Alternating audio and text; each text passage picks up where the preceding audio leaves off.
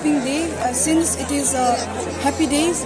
So there is no distinction between the Christians or the Hindus or any religions is having so much fun here today. Today is the last day of the Christmas bazaar.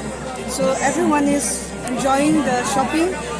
So this is time for fun and happiness. We're all having fun. Thank you. যারা আছেন বহু বছর আগে প্যালেস্টিনে দাউদ নগরে আমাদের ত্রাণকর্তা রূপে প্রভু যীশু খ্রিস্ট জন্মগ্রহণ করিয়াছেন।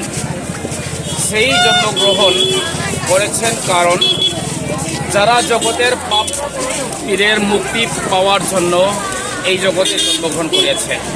উনি হচ্ছেন শান্তিরাজ এবং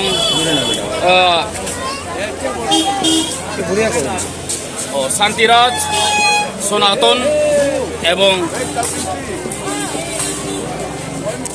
ধার্মিক হিসাবে তাকে আমরা গ্রহণ করি। এবং এই বড়দিনের উপলক্ষে যারা খ্রিস্ট ধর্মাবলম্বী আছেন আমরা যেন এই জগতে শান্তি সম্প্রীতি যেন থাকেন।